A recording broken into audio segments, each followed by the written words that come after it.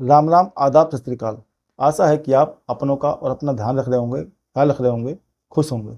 आपसे छोटी सी रिक्वेस्ट है कि आप चैनल को सब्सक्राइब कर दिया करें और वीडियो को लाइक कर दिया करें, ताकि हम आप तक नई और सच्ची कहानी पहुंचा सकें।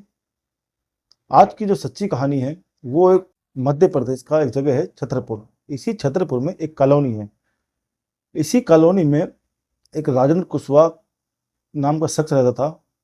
2 अक्टूबर 2024 को राजेंद्र कुशवाहा अपने पूरे परिवार के साथ यहाँ के एसपी साहब के दफ्तर पहुँचता है, अपनी शिकायत पत्र लेके। जब वो शिकायत पत्र लेके वहाँ पहुँचता है एसपी साहब के ऑफिस में, वहाँ खड़े आसपास के जो मीडिया वाले होते हैं, अखबार वाले होते हैं, एसपी साहब के दफ्तर में वो और आदमी खड़े होते हैं शिकायत लेके।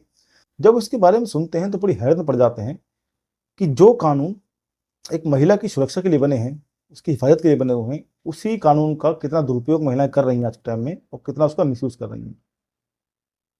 कहानी जो सामने आई वो कहानी ये थी कि राजेंद्र कुशवाहा की शादी तकरीबन 10 साल पहले एक महिला से हुई थी, जिसका नाम था मीना कुशवाहा। मीना कुशवाहा दिखने में काफ़ी सुंदर थी और राजेंद्र कुशवाहा का रंग तो सांवला था और काला था। शादी के कुछ दिन तो ठीक चलते हैं, पर उसके बाद मीना कुशवाहा जो होती है वो अपने पति को अपने पास सोने नहीं देती, उसको छूने नहीं देती, और ना ही उससे बच्चा कोई पैदा करती। जब भी राजेंद्र कुशवाहा बच्चे की बात करता, वो उसको धमका देती, कहती कि मैं तुमसे कोई बच्चा पैदा नहीं करूंगी, क्योंकि तुमसे अगर कोई बच्चा पैदा करूंगी तो वो बच्चा भी जो होगा वो तुम्हारी तरह काला ही पैदा होगा। अब इतनी बात सुन के राजेंद्र कुशवाहा को बहुत गुस्सा आया। वो समझाने की कोशिश करते, पर वो कहती है अगर ज़्यादा मुझसे जीत बहस करोगे तो मैं कोई भी तुम पे झूठा केस लगाऊंगी, दहेज का केस लगाऊंगी, और तुम्हारे पूरे परिवार को ही जेल भिजवा दूंगी। अब इतनी बात सुनकर राजेंद्र कुशवाहा शांत हो गए। इतनी बात सुन के राजेंद्र कुशवाहा शांत हो गए, डर गए।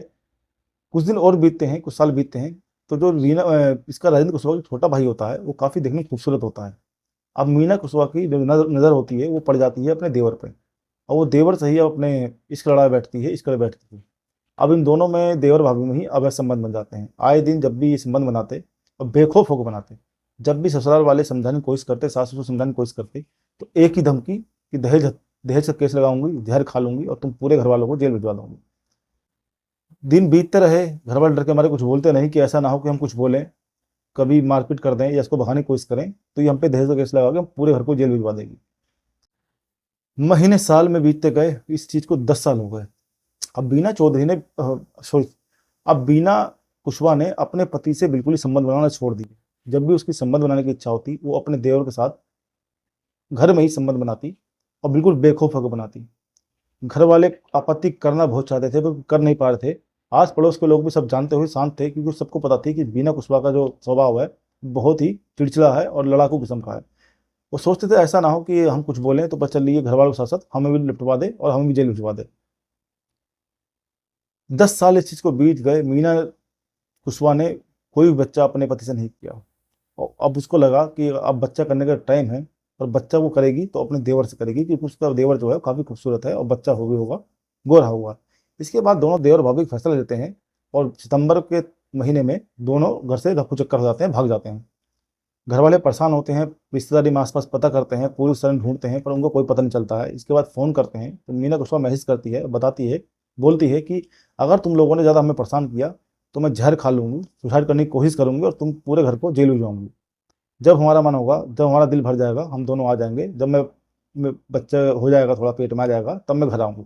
अब इतना सुन के घर वाले डर गए, दहशत में आ गए, और वो तुरंत जाके शिकायत पत्र लेके एसपी साहब के दफ्तर पहुँच गए। एसपी साहब ने पूरी घटना सुनी। उन्होंने अपना माथा पकड़ लिया और कहा ठीक, कोई बात नहीं, अब परेशान ना हो, हम आपकी पूरी मदद करेंगे।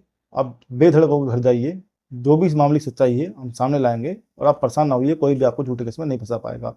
और साथ ही एसपी साहब को एक बात और पता चली कि इससे पहले ये लोग थाने भी गए थे, पर थाने पर कोई सुनवाई हुई नहीं। इसके बाद एसपी साहब ने थाने वालों को भड़काया, उनको फटकार लगाई कि आप लोगों के पास कोई मामला आया था तो आपने छानबीन क्यों नहीं करी। पता चला कि उसने ऐसी कोशिश एक बार पहले भी की थी कि कोई छोटा मोटा नॉर्मल जहर खा के उन्होंने घर वालों को फंसाने की कोशिश करी थी, जब घर वाले उसको मना करते थे अपने देवर के साथ ऐसा करने के लिए।